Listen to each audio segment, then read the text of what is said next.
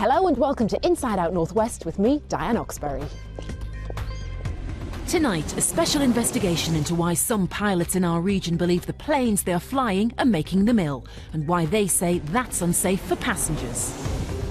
Couldn't remember if I'd been cleared to land. The skills are going downhill to the point where I was becoming dangerous. The whole point about an aeroplane is you cannot open the window. And so you're in an enclosed environment. And why an Englishman's home is his castle. The man from Birkenhead who's refusing to move, even though all of his neighbours' houses have been pulled down.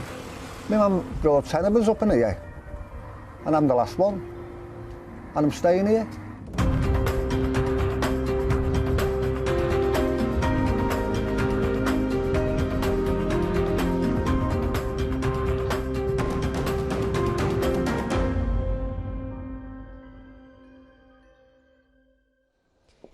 Pilots in our region believe they are being slowly poisoned by their aircraft. JC Normand investigates whether at 30,000 feet there's something in the air.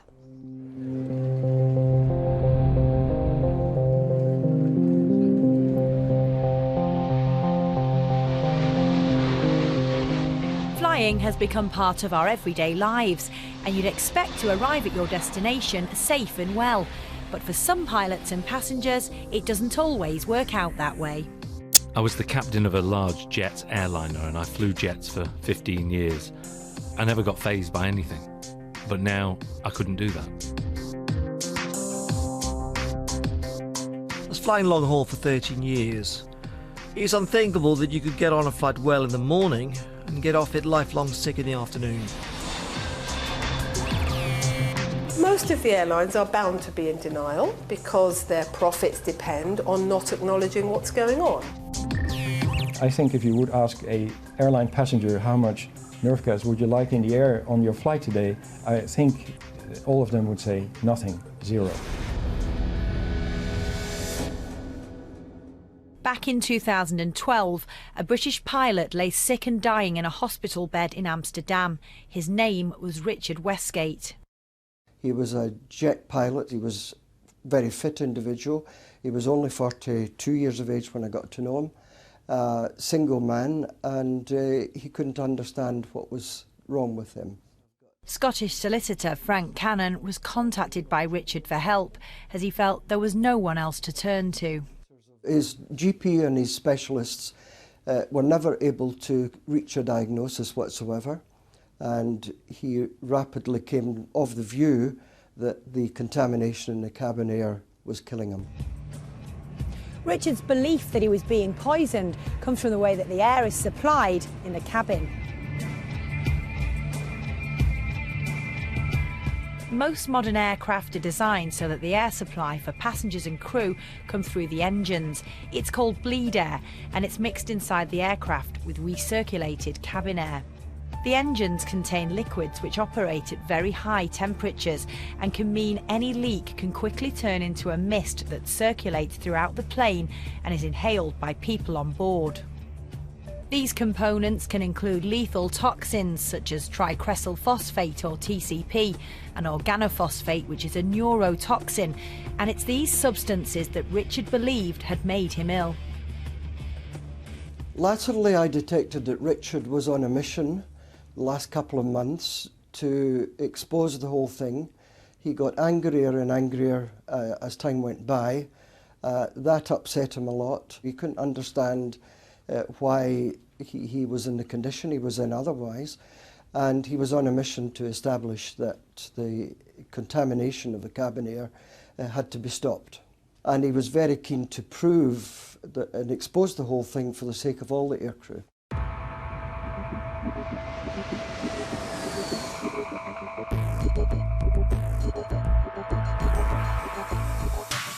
Stories from pilots and cabin crew of polluted air have been around for a while, and they've developed a name, Aerotoxic syndrome. I tracked down 2 ex-pilots in our region who also believe they were made ill by the air they breathed whilst flying jet aircraft. Both pilots wish to remain anonymous. I wasn't quite as sharp as I had been. You start to forget things in your daily life. You become forgetful, not just wearing my car keys or small things like that. I got worse and worse, and my family members started to notice. I went to the doctors and I said, I think I'm going mad. I had a very poor immune system and extreme fatigue. I couldn't sit down without falling asleep. It got to the point where I was unable to complete a short flight without falling asleep.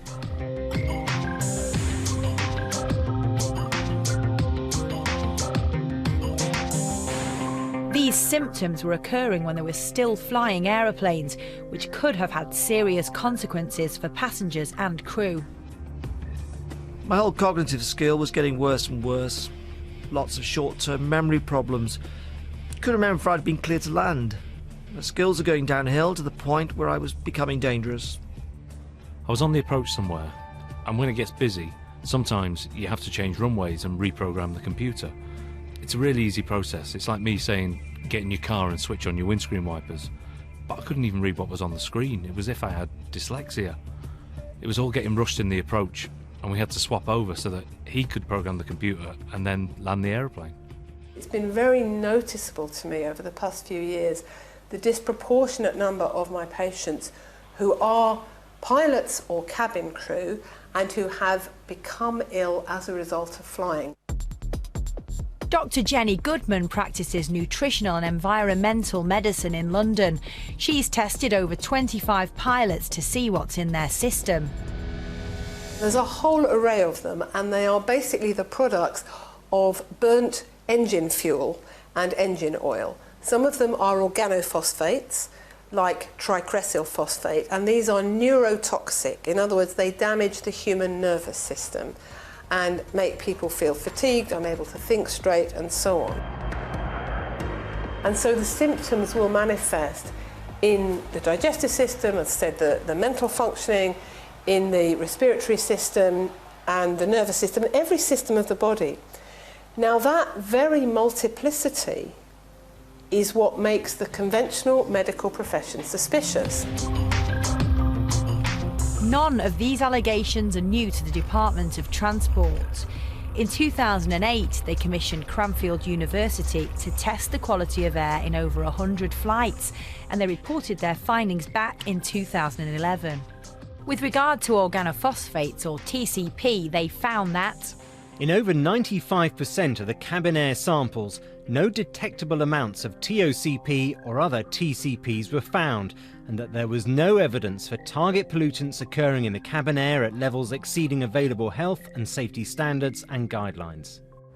With the Cranfield study seeming to draw a line under everything, why are so many pilots across the world still blaming the air they breathe on the aircraft? I wanted to know why the industry doesn't accept there's a problem. I spoke to the chairman of the committee that reviewed the Cranfield study, Professor David Coggan.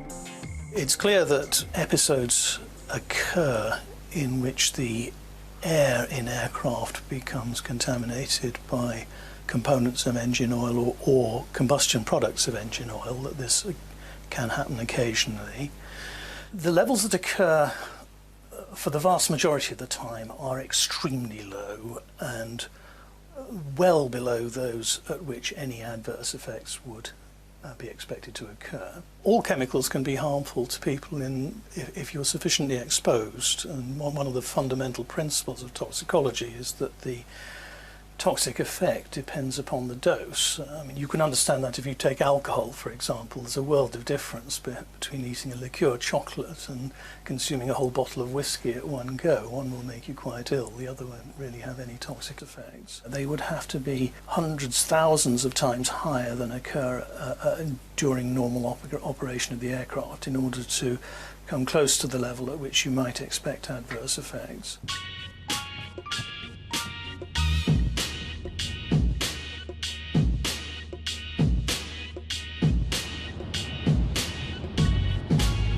So, if the quantity of the TCP in an aircraft is the determining factor in a pilot getting ill, and the government have set a safe level, we wanted to see for ourselves just what levels of TCPs were present in flights from the UK.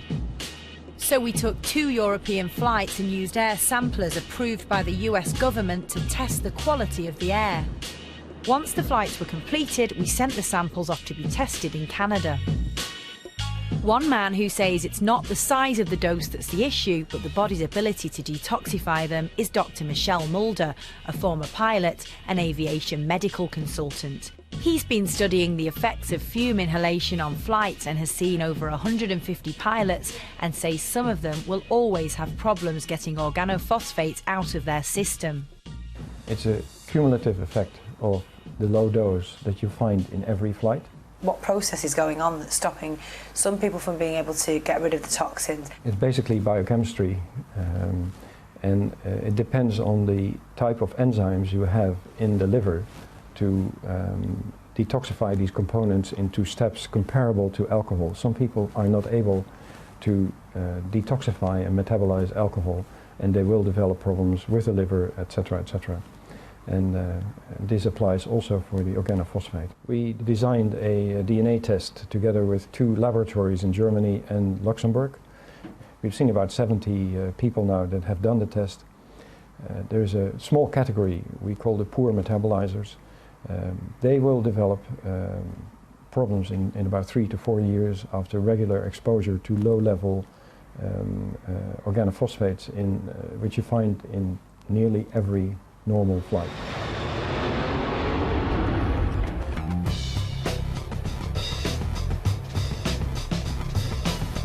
If Dr. Mulder is right and there are some people who are poor detoxifiers, they would most likely be made ill by one of the industry's greater issues, a fume event. Now, there are 2 types of exposure that they get. There's the low-grade chronic exposure over many years that frequent flyers also get. Tiny amounts of chemicals, but affecting these people because they're sensitive to them. And then there are the fume incidents. And folks from the flight deck, we do understand that smoke has gotten a little bit worse in the cabin there. We are getting priority handling into San Francisco. We should have you on the... A fume event is something the industry recognises as a problem. This happens when the seals in the engine that keep the oil and water apart fail, resulting in fumes or smoke entering the cabin. According to government statistics, a fume event only happens on 1 in every 2,000 flights. But what are the effects of them on crew and passengers? The Committee for Toxicity found that although the pilots were ill, they explained a possible reason was that they expected to be ill after having smoke in the cabin. They call this the nocebo effect. The levels that occur for the vast majority of the time are extremely low and well below those at which any adverse effects would be expected to occur. So the question then is, how much higher might concentrations go during pollution episodes? From what we know to date, the pollution episodes are really rather brief, and we can say that if they were going to cause adverse toxic effects, then the increase in level of exposures would really have to be quite enormous during those periods.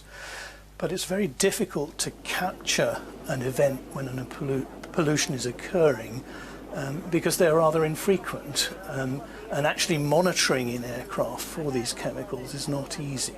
The whole point about an aeroplane is you cannot open the window. And so you're in an enclosed environment. And I've heard many of my patients, cabin crew in particular, describe a serious fume incident on a plane that happened at the beginning of a long-haul flight, and the flight then continued for another 12 hours. And many passengers become ill, many crew become ill, but you can't get out. You're in an enclosed space. And if you do that for a living, and you do it year in, year out, unless you've got very strong liver detox systems, you will become ill.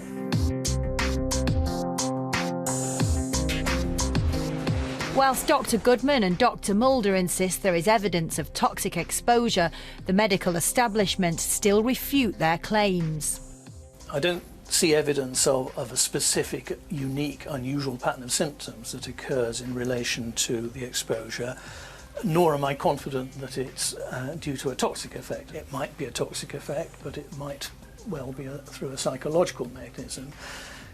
I'm very clear that illness, real illness is occurring, real disability, and that it's related to the exposures, but it's not a specific, unique syndrome of symptoms and signs, and it may not be a toxic effect. All these new syndromes, each of which is initially received by the establishment with the phrase, it doesn't exist. And then 10 years later, it exists, but it's only psychological. And then 10 years after that, it exists, but we don't know what to do about it. Aerotoxic syndrome is just one example of, you know, the chemicals that we're all surrounded by making people ill. Doubting is very easy, and you can see this also in the tobacco lobby that time, where when people start to say, well, it causes lung cancer, etc., etc., the first thing is, first line of defense is doubt. Our test results came back from the lab in Canada, and TCP was found to be present on our aircraft. The levels of TCP in the air were low and consistent with findings in similar studies. We asked the Department for Transport and the Civil Aviation Authority to comment on the claims made in this film. They declined an interview, but they said, it has not been conclusively proven that cabin air exposures, either in general or following specific incidents, cause ill health in commercial aircraft crews. The department has completed its research into cabin air. We are currently considering the Committee on Toxicity's conclusions and will respond in due course. We asked the CAA for an interview, but they also declined. The Civil Aviation Authority regulates all aspects of flying in the UK and echoed the Department for Transport's statement, adding, we will continue to work closely with the airline industry to maintain safety standards on board UK aircraft.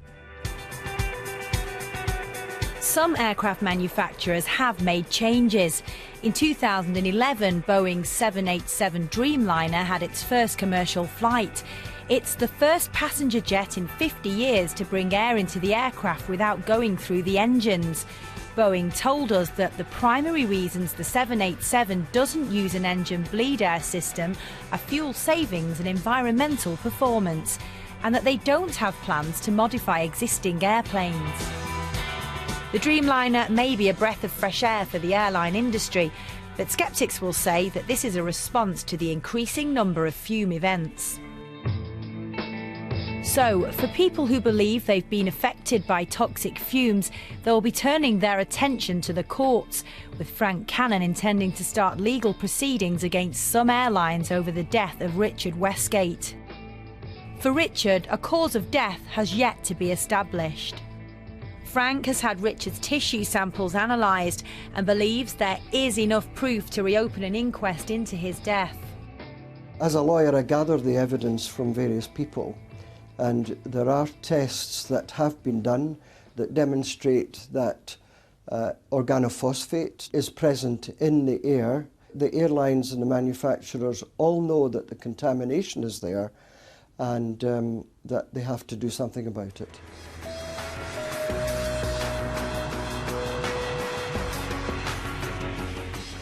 Until then, pilots who believe they have symptoms are having to give up the career they love.